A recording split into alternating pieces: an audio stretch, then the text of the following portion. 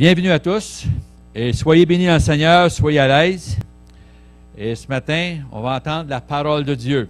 On a vu un magnifique cantique, on a entendu ça.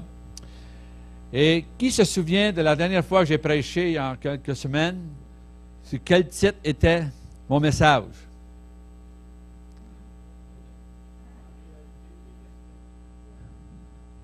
50-50, c'est espérance et réalité. C'est assez dur à se souvenir parce que si on ne prend pas de notes, on perd ça. Moi, j'ai tout le temps pris des notes et quelquefois, je regarde dans mes notes. Ah, j'ai encore gardé, j'ai donné beaucoup de livres, mais toutes mes prédications dans des livres comme ça, je les ai encore. Dans ma caverne, qui est ma chape à bois, ils sont en haut de la poussière de bois. Et des fois, je les regarde. Comment ça, j'ai dit ça? Ah, ben, dans ce temps-là, c'était ça. Gloire à Dieu. Et ce matin, ça va être un encouragement. Et vous rappelez aussi l'histoire qui était qu'on peut s'en souvenir. J'avais parlé de l'espérance. Que si on prenait un rat, qu'on le mettait dans un baril d'eau rempli de la moitié et qu'on mettait un couvert sur le baril, dans 5 minutes, le rat se noyait. Mais si on ne mettait pas le même rat, parce qu'il est mort, on prend un autre rat, on le met dans l'eau, et lui, on lui donne une espérance, on ne met pas de couvert, il va nager pendant 35 heures. Donc, c'est bon avoir de l'espérance, pas d'espoir, mais de l'espérance. Et ce matin, mon message, ce sera ceci. La présence de Dieu, c'est ce qu'il nous faut. Comment avoir la présence de Dieu quand on dit Dieu est omniscient, omnipotent, omniprésent, qu'il est tout partout, les cieux des cieux ne peuvent le contenir? Oui, c'est possible d'avoir la présence de Dieu. On va voir vers la fin comment cela est possible aujourd'hui. Vous savez que lorsque Dieu avait créé l'homme, eh bien, il parlait à Adam tous les jours, mais à cause de la désobéissance de Adam, eh bien, ça a été brisé. Et là, eh bien, Adam allait se cacher. Il ne devait pas voir Dieu parce que c'était quelque chose d'immense. Il y avait une crainte, il s'est caché. Il s'est mis un vêtement, mais ce n'était pas suffisant. Il a fallu que Dieu tue un animal, prendre la peau de l'animal et couvrir Adam. Quand on parle aujourd'hui, bien, de se découvrir, d'être maintenant ouvert, libéré, c'est vraiment le contraste. Et ensuite, il a parlé aussi à Abraham, il a parlé à Noé, il a parlé à plusieurs, à Jacob. Jacob a vu la présence de Dieu, etc., qu'on appelle une théophanie, qui était la présence du Dieu visible, invisible. C'est la manifestation de Dieu. Et quand les gens voyaient, les personnes voyaient Dieu, c'était comme il y avait peur. J'ai vu Dieu, je vais mourir. Les parents de Samson, de Jephthé, etc. Et aussi, on a vu lorsque Dieu a fait, dans le peuple d'Israël a sorti de l'Égypte pour entrer dans la terre promise, ils ont été dans le désert à cause de leur incrédulité, 40 ans. Et Dieu a fait une tente qu'on appelle le tabernacle de Dieu. Et vous savez que pour parler avec Dieu, on ne pouvait pas entrer dans la présence de Dieu comme on le voulait. Seulement Moïse pouvait entrer dans la présence de Dieu sur cette montagne. Et quand Dieu a écrit les commandements, eh bien, personne n'osait s'approcher, même pas un animal, parce qu'il était terrassé, foudroyé par une puissance. Moïse pouvait entrer. Et quand il a fait cette habitation-là de Dieu sur la terre, sous une tente, eh bien, il y avait le lieu saint, le lieu très saint, il y avait le propitiatoire. Et ça, le lieu très saint, on pouvait entrer une fois par année. C'était le souverain sacrificateur qui entrait et que même, il y avait certains protocoles qui duraient une semaine, des sacrifices pour lui-même, pour le peuple.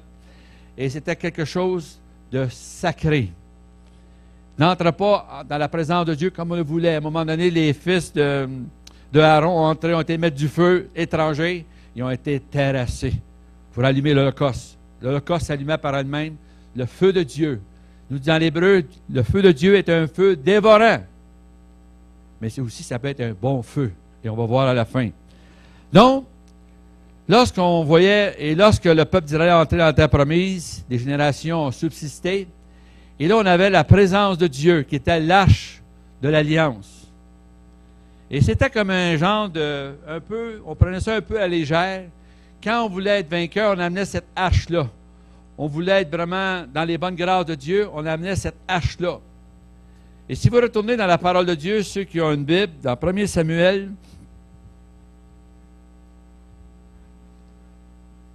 l'arche de Dieu parmi les Philistins. Donc, c'est que les peuples étaient des peuples guerriers. Et là, bien, chacun apportait leur Dieu. Et chacun avait leur protocole pour être vainqueur. Et dans le chapitre 4, il nous dit, dans 1 Samuel, la parole de Dieu de Samuel s'adressait à tout Israël. Israël sortit à la rencontre des Philistins pour combattre. Ils campèrent près d'Eben-Ézer et les Philistins étaient campés à Afsek. Ça nous dit que les Philistins se rangèrent en bataille et le combat s'engagea. Israël fut battu par les Philistins qui tuèrent sur le champ de bataille environ 4000 hommes. Le peuple rentra juif, le peuple rentra au camp et les anciens d'Israël, pourquoi nous a-t-il laissé battre aujourd'hui par les Philistins? Alors, allons chercher à Silo l'arche de l'alliance de l'Éternel, qu'elle vienne au milieu de nous et qu'elle nous délivre de la main de nos ennemis. Le peuple envoya à Silo, d'où on apporta l'arche de l'alliance de l'Éternel des armées. Verset 5, lorsque l'arche de l'alliance de l'Éternel entra dans le camp, tout Israël poussa des grands cris de joie et la terre en fut ébranlée. Le retentissement de ces cris fut entendu des Philistins dire, que signifient ces grands cris qui retentissent dans le camp des Hébreux? Il apprit que l'arche de l'Éternel était arrivée au camp. Et les Philistins eurent peur. Donc le peuple se sent battu. Ils vont chercher l'arche de l'alliance à Silo. Ils l'emmènent maintenant sur le champ de bataille. Et là, on entend des cris de joie. L'arche de l'alliance, qui était la signification de la présence de Dieu, eh bien, elle va nous protéger. Et ça fait peur aux autres. Et les Philistins ont dit, « Hey, on a eu peur, ils ont commencé à se motiver. » Mais sur le champ de bataille, ils sont battus quand même. Et les Philistins prennent l'arche de l'alliance, ils l'emmènent dans leur territoire. Et lorsque vous revoyez dans le 1er Samuel 5, verset 1, les Philistins prirent l'arche de Dieu et la transportèrent d'Eben-Ézer à Asdod. Il leur mis dans le temple de Dagon, et tous les matins, Dagon était à terre, et l'arche était là. Et vous savez, l'arche était comme la présence de Dieu, il y avait comme des archanges, etc., qui étaient comme sacrés, protégés. Les archanges, ce sont des personnes, plutôt des chérubins, qui protégeaient la présence de Dieu. Mais il y avait un problème. Vous savez, l'arche, c'était quelque chose qui nous disait, eh bien, ça pouvait être quelque chose de bien, mais ça pouvait être quelque chose de dangereux. C'était quelque chose de... On avait une crainte, on avait une révérence, on avait du succès, mais on pouvait avoir du malheur. Et là, ça nous dit que dans le verset 6, l'arche chez les Philistins, la main de l'Éternel s'appesantit sur les Asdodiens, et il mit la désolation parmi eux, et il frappa un virus des hémorroïdes. C'est drôle, hein? Une douleur. Je ne sais pas s'il y en a qui ont eu des hémorroïdes saignantes, etc., mais ça règle, ça fait mal, hein, Gabriel? Ça fait très mal. Il ne disait pas trop, Gabriel, mais quand vous avez des centaines qui ont commencé à mal, je ne dirais pas en québécois, là, on se demande qu'est-ce qui se passe. Et là, les devins des Philistins disent, peut-être, ce Dieu-là n'est pas en notre faveur, on va le renvoyer. Où est-ce qu'il vient? On avait une patate chaude. On veut s'en débarrasser. Et là, finalement, il y a une suggestion. Il dit, on va mettre l'arche sur un char. Et si c'est vraiment dans le plan de ce Dieu-là, eh bien, on va faire quelque chose qui est difficile. On va prendre 2 vaches qui allaitent leur bébé et on va les mettre sur un char et on va les mettre en direction d'Israël, puis on va mettre les bébés à l'opposé. Et vous savez, quand une vache allaite, eh bien, on ne la met pas à l'opposé. Elle va aller vers son petit pour la nourrir, la survivance. Et ce qui arrive, c'est que maintenant, ils font cela. Ils mettent un peu Dieu à testing Dieu. Et là, bien, les vaches s'en vont, les 2 vaches avec ce char-là, ils s'en vont en direction d'Israël. Et elles s'en vont. On les débarrassé. Va-t'en. Et là, pendant que Israël était dans les champs, ça nous dit dans le chapitre 6, ça nous dit, il va venir ce team de vaches, ces 2 vaches-là, Beth-Shemesh. Et ça nous dit dans le verset 19, l'Éternel frappa les gens de Beth-Shemesh lorsqu'ils regardèrent l'arche de l'Éternel. Il frappa, on a une parenthèse, mais il semble qu'il y a quelque chose. 70 hommes parmi le peuple. Et le peuple fut dans la désolation parce que l'Éternel avait frappé d'une grande plaie. Et là, qui peut subsister à la présence de l'Éternel, de ce Dieu saint?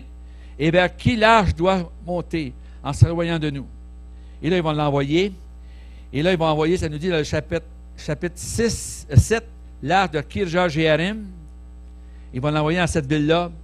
Ils vont faire monter l'arche de l'Éternel. Ça nous dit qu'elle va rester là pendant 20 ans. Mais dans 20 ans, il y a plusieurs choses qui se passent. C'est que David, maintenant, est dans la royauté. Et dans la royauté, eh bien, David, qui était un cœur selon Dieu, a eu à cœur de transporter l'arche de Kirjat-Jéarim vers Jérusalem. Il va lui bâtir une tente. Et là, vous savez ce qui est arrivé? Eh bien, dans ce chapitre-là, retournons ensemble dans 2 Samuel. 2 Samuel.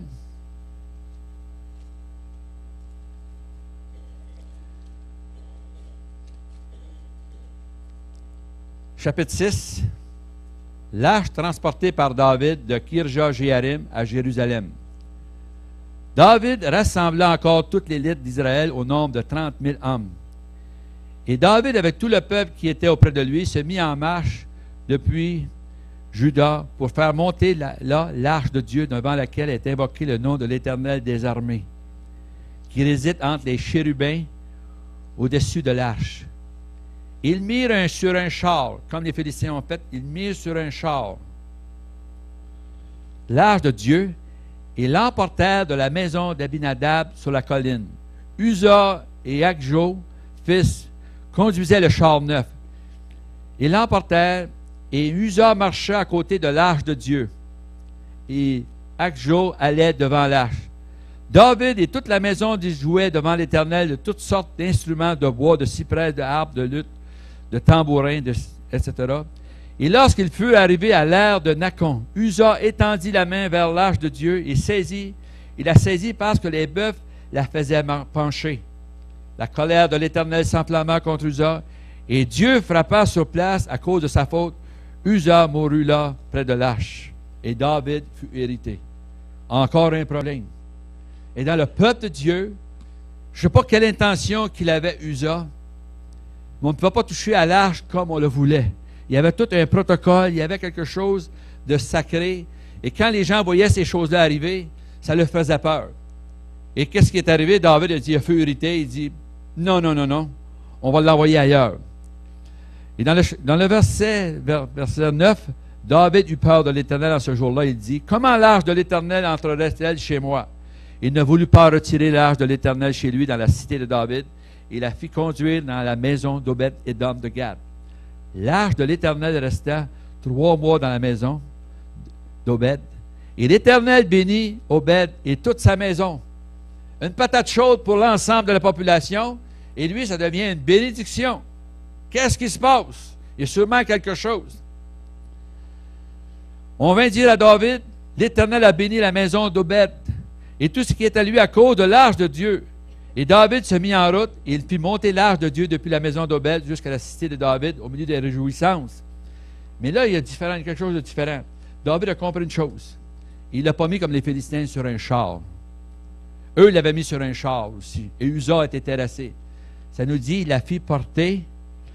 Quand ceux qui portaient l'arche de l'Éternel eurent fait 6 pas, on sacrifiait un bœuf et un veau gras. Maintenant, on savait que le protocole était que dans le temps de Moïse, c'était les Lévites qui devaient transporter l'arche de l'Éternel. Vous savez, on veut avec Dieu, on dit Dieu est bon.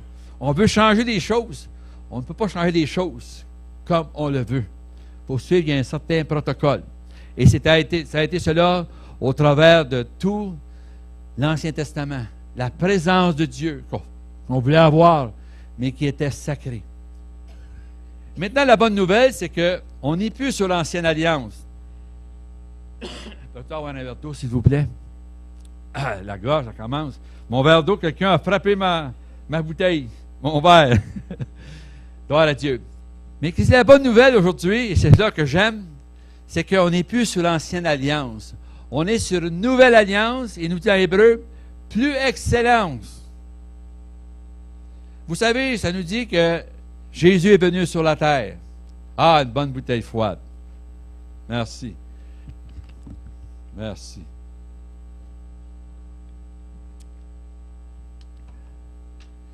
Dans le passé, quelqu'un avait pris une bouteille d'eau en avant sur la tribune. Je ne suis pas sur la tribune. il aurait été un peu hors de protocole. Il fallait être bien habillé, il fallait faire ci, etc. Mais on va voir pourquoi aujourd'hui c'est beaucoup changé. Donc Dieu, ça nous dit qu'il est venu parmi les siens. C'est ça que nous dit la parole de Dieu.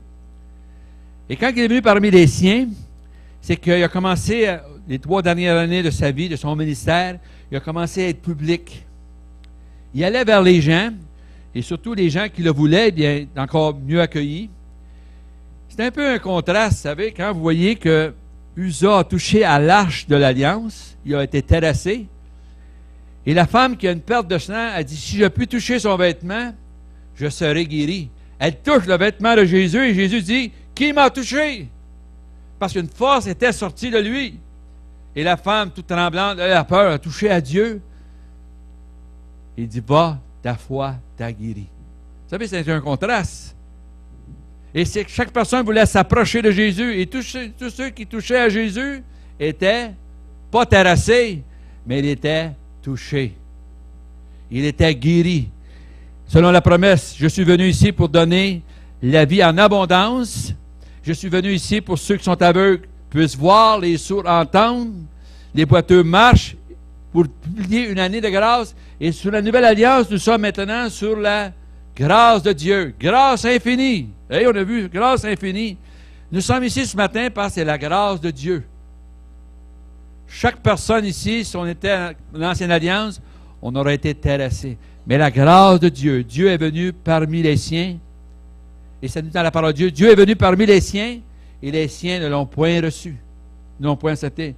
Mais à tous ceux qui croient en son nom, et vous allez voir dans cette parole qui est vraiment encourageante, tous ceux qui croient en son nom, elle a donné le pouvoir de devenir enfants de Dieu, lesquels sont nés non du sang, ni de la volonté de la chair, ni de la volonté de l'homme, mais de Dieu. Et la parole a été faite chair, et elle a habité parmi nous, pleine de grâce. Pleine de grâce. Et ce qui est bon avec le Seigneur, c'est que maintenant, je peux m'approcher de lui. Il a dit, quand il disait, il y a des promesses, on croit aux promesses de Dieu. Dieu va venir nous chercher un jour. Et ça nous dit que, approchez-vous de moi et je m'approcherai de vous. Et Dieu a pris la peine de venir. De venir dans un sens, peut-être pas qu'on aurait souhaité, parce que les Juifs voulaient avoir un Messie qui viendrait les libérer de tous les esclaves, de tous ceux qui étaient autour d'eux, être des dominateurs, parce que c'était un Dieu puissant qu'on parlait. On voyait l'arche lorsqu'ils ont traversé la mer Rouge, l'arche n'était pas encore instituée, mais ils ont traversé parce qu'il y avait un ange en avant qui ouvrait la mer.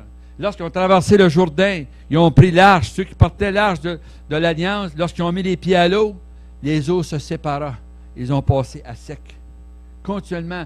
Pendant 7 jours, ils ont conquis Jéricho, qui était une ville qui était très importante, stratégique, parce qu'il y avait des sources d'eau, des oasis, c'était très important l'eau, ça valait plus que l'or. Vous savez, on parle d'acheter de l'or aujourd'hui, mais si tu as soif, l'or, tu ne peux pas boire de l'or.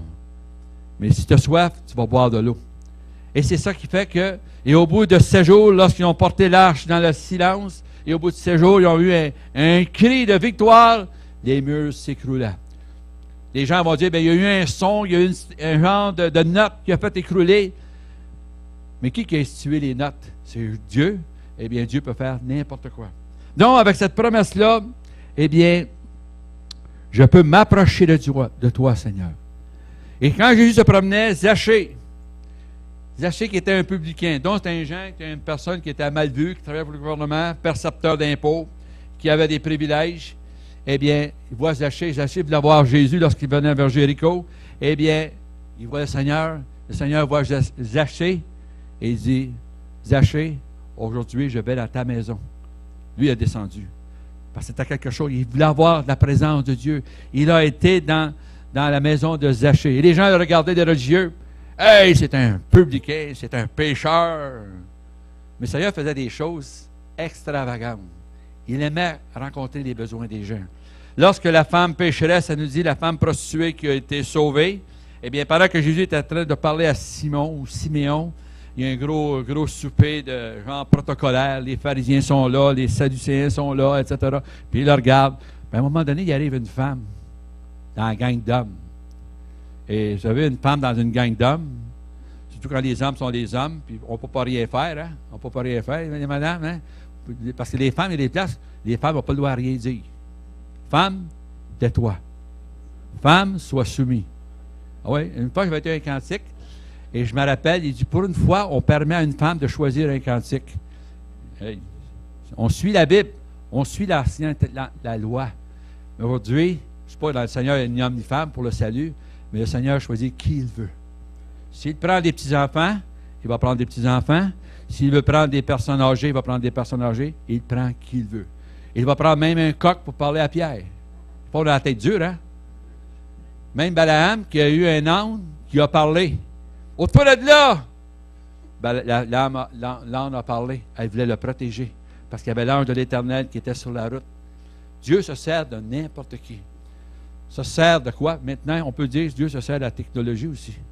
Le message de l'Évangile est passé. Donc, cette femme-là qui est en train de laver les pieds au Seigneur, et personne ne pose une question. Le Seigneur avait une présence, je pense, il était charismatique. Personne ne pose une question. Il dit, « Hey, Seigneur, t'es hors sens, parce que cette femme-là, elle n'a pas le droit de toucher. Elle prend un parfum qui coûte un année de salaire. Je ne sais pas si c'est quoi un salaire aujourd'hui, il va coûter cher. Elle verse sur ses cheveux, puis elle essuie de ses cheveux ses pieds. Il dit, elle le fait pour ma sépulture. Elle était prophétique, la femme. Elle le fait pour ma sépulture, et cette histoire sera toujours rappelée. Continuellement. Donc, le Seigneur n'a pas d'agenda précis. Il n'a pas des choses. Mais le Seigneur, qu'il peut faire aujourd'hui, c'est au travers de toi qu'il peut venir. Par la foi. Il y a une route qu'il a tracée maintenant.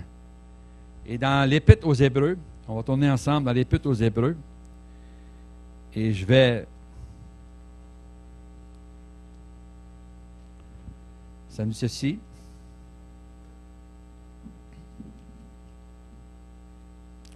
Le chapitre 10 et le verset 19.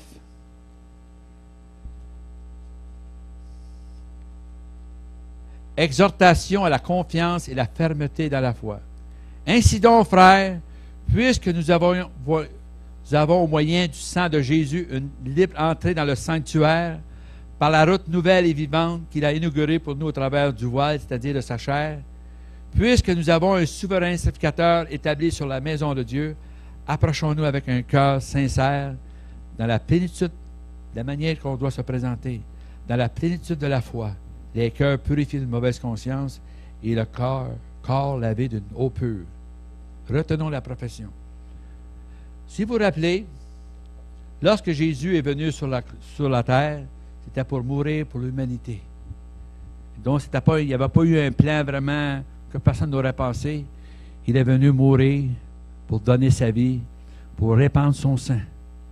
Et ça nous dit que lorsqu'il expira, il rendit l'esprit, tout est accompli. Lorsqu'il expira, un tonnerre et quelque chose qui était arrivé, c'est le voile du temple, qui était le temple de Jérusalem. Et dans la tradition, ça nous dit que ce voile du temple était tellement dur à déchirer que 2 times de bœuf, lorsqu'il tirait à l'opposé, il ne peut pas le déchirer. Donc, il était solide. Et pour mettre encore plus de choses bizarres, on pourrait dire, c'est les hommes qui l'ont déchiré. Mais ça nous dit qu'il n'a pas déchiré de bas en haut, pour que les hommes arrivent et disent, ouais, mais il a été déchiré par les hommes. Il a été déchiré de haut en bas. Que la libérance, la délivrance, la liberté, le pardon venait d'en haut. Être animé d'en haut. Par la route nouvelle maintenant et vivante. Et comme je dis souvent maintenant, comme dernièrement mon voisin qui est décédé maintenant, qui est dans la présence de Dieu, il disait qu'il y avait plusieurs chemins pour aller au ciel. On met plusieurs chemins. On est encore mélangé avec plusieurs chemins. Mais à la fin, j'ai dit, Gilles, il y a seulement un chemin. Et c'est lui. Et souvent, on essayait de dire, bien, assez de le convaincre, il disait, Seigneur, je n'aimerais pas ça. Mais Seigneur, on a simplement qu'à semer, nous, ou arroser. Et Ginette allait arroser un petit peu, moi j'arrosais un petit peu. Mais c'est toi, Seigneur, qui fais la croissance, la conviction. Et qu'est-ce qui est arrivé? C'est que le voile se déchira en deux. Et maintenant, c'était la route nouvelle et vivante qu'on pouvait entrer maintenant dans le lieu sacré. Ça veut dire que toutes les nations pouvaient entrer dans cette place sans un certain protocole, mais ils pouvaient rentrer dans, comme on dit, tel que nous sommes, Seigneur, avec un cœur sincère. Et cette bonne nouvelle est arrivée lorsque les apôtres ont été venus, le Seigneur a ressuscité. Gloire à Dieu qu'il a ressuscité, parce qu'il n'aurait pas ressuscité, on sera encore dans l'ancienne alliance. Et dans cette nouvelle alliance, eh bien, il fait qu'il va venir parmi nous. Et les apôtres, il a dit aux apôtres, attendez que vous soyez revêtus de la puissance d'en haut. Il me semble de voir les apôtres. Ils s'en vont dans la chambre haute, ils se mettent à prier ensemble avec les femmes, etc. La mère de Jésus, les frères de Jésus, etc. Et tout à coup, le ciel est ouvert. Maintenant, la nouvelle route commence au jour de la Pentecôte. Maintenant, tous peuvent entrer dans la nouvelle naissance. Ils peuvent entrer maintenant dans la nouvelle route vivante, efficace par Dieu. Et là, il se met à parler en langue d'étrangère. Les gens sont à 9 h du matin. Il y a une gang de fous là-bas qui sont en train de... Ils jarcotent, toutes sortes de choses. Mais ce qui était bizarre, c'est qu'on les attendait dans notre propre langue. Différentes langues. Et là, à ce moment-là, qu'est-ce qui est arrivé? Là, Pierre a sauté dans la foule, que 50 jours auparavant, il avait renié le Seigneur 3 fois. Vous savez, ça fait quelque chose. Quand vous recevez l'Esprit de Dieu, il y a quelque chose qui se passe. Hein? Il y a quelque chose qui se passe. Il faut faire attention, là. Faut faire attention. Il y a quelque chose qui se passe. Souvent, on fait des annonces, gagner la loterie. Qu'est-ce que ça fait quelqu'un qui gagne 1 million, 5 millions? On se bouche les oreilles. Parce qu'il crie. Mais c'est juste des millions, ça n'amène pas la vie éternelle. Mais ce qu'on reçoit, la journée qu'on a reçu, ce Saint-Esprit vient sur cette terre s'établir, faire son Église, eh bien, ça nous dit que Pierre commence à prêcher. Il y a sur le ciel aucun nom par lequel on peut être sauvé que celui de Jésus. Et Pierre, qui avait eu peur auparavant, il est bold, il est audacieux, il avait un caractère audacieux, Pierre. Et il commence, et tout à coup, 3000 acceptent le Seigneur, que veut-il faire?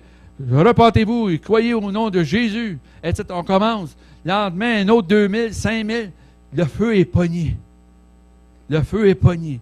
La présence de Dieu, qui était dans l'Ancien Testament souvent un signe de destruction, il y avait des hémorroïdes. Oh, j'ai déjà eu la présence de Dieu, moi, parle-moi-en pas. Ça m'a donné les hémorroïdes. Moi, il y avait quelque chose qui ne marchait pas dans ton affaire.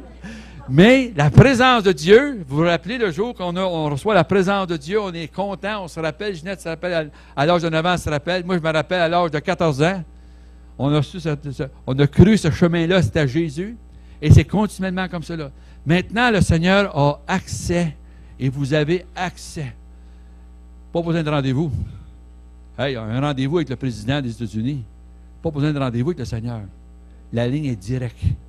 Le Seigneur nous dit qu'il est près de toi, dans ton cœur, en Romains. Si tu crois de tout ton cœur que Dieu l'a ressuscité des morts, tu seras sauvé. Et c'est simplement... Ce que j'aime le Seigneur, c'est pas compliqué. Vous allez étudier en théologie, mais ce qui arrive, n'importe qui peut croire que le Seigneur, c'est lui qui est le chemin. Et je peux vous garantir, l'expérience a été pour moi, pour Ginette, pour tous ceux qui sont ici, quand vous avez donné votre vie au Seigneur, il y a eu un changement, une conviction. Maintenant, je sais que maintenant, mon chemin est vers le Seigneur. Et maintenant, j'ai l'espérance. C'est la grâce de Dieu, grâce infinie. C'est Dieu qui nous a fait grâce. Et à un moment donné, ce temps va se terminer. Dieu va tout détruire, ce qui n'est pas de Dieu. Vous savez, aujourd'hui, on enlève Dieu de toute transgenre aussi. Maintenant, ça a l'air qu'ils veulent, parce qu'ils disent que c'est discriminatoire à NPD. J'ai reçu ça ce matin de Stéphane. NPD a un projet de loi qu'ils ne veulent pas avoir des transgenres parce que, vous savez, il y a des toilettes pour les femmes, des toilettes pour les hommes. Ça marche. C'est de la ségrégation. Ségrégation. Avant, on avait des toilettes pour les Noirs aux États-Unis, c'était de la race, c'est racial. Mais là, de la ségrégation. Que les hommes vont pouvoir aller parmi les femmes, etc. Si un homme veut prendre une douche dans une piscine, eh bien, qu'une femme, ou bien, ça, parce que si on l'accuse, hey, t'es hors contexte, lui, il peut nous accuser. Moi, je n'ai pas le droit d'accuser. Les lois sont de même. On va enlever Dieu. Mais on ne pourra jamais enlever la présence de Dieu sur cette terre. Gloire à Dieu, ce qui me réjouit qu'encore Dieu est présent, que Dieu en ce moment, que si vous dites oui Seigneur, je veux avoir ta présence, Dieu vient habiter parmi nous. Vous êtes le temple de Dieu. On est le temple de Dieu. Ouais, mais à l'église, quelqu'un disait, ouais, mais matin, l'église, pas encore. L'église est ouverte, mais que les gens vont entrer. Nous sommes les membres les uns les autres. Nous sommes l'église de Dieu. Nous sommes ici, pas pour dire, hey, t'as fait mal. On est ici pour goûter à la grâce de Dieu. Grâce infinie. Grâce sublime. Grâce, vraiment, je pourrais dire, ce que Dieu fait en ce moment dans la nouvelle alliance.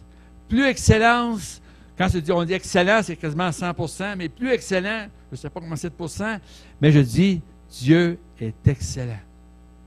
Et ce matin, ce que je vous souhaite, avant de terminer, baissez votre tête en ce moment. Et ceux qui n'ont pas invité le Seigneur, ce n'est pas une question de dire ta vie passée, c'est une question présente.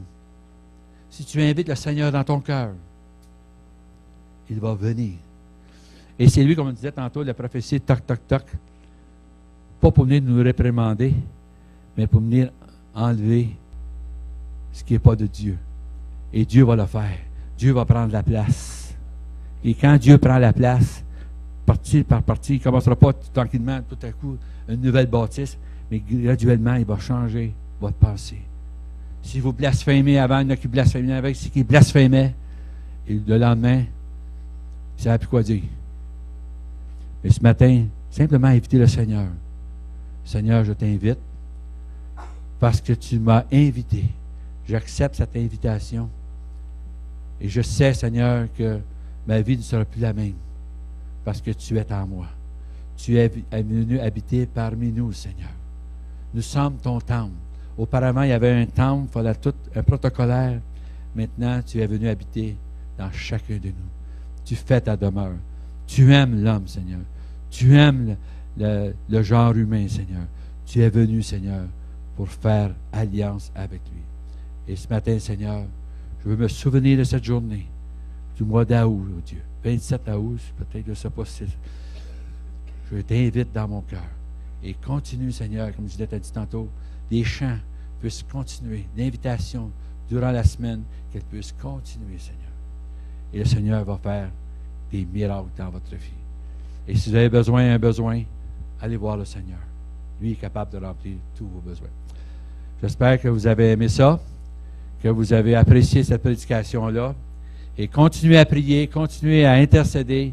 Et Dieu est dans cette ville. Amen. Gloire à Dieu. Que le Seigneur vous bénisse.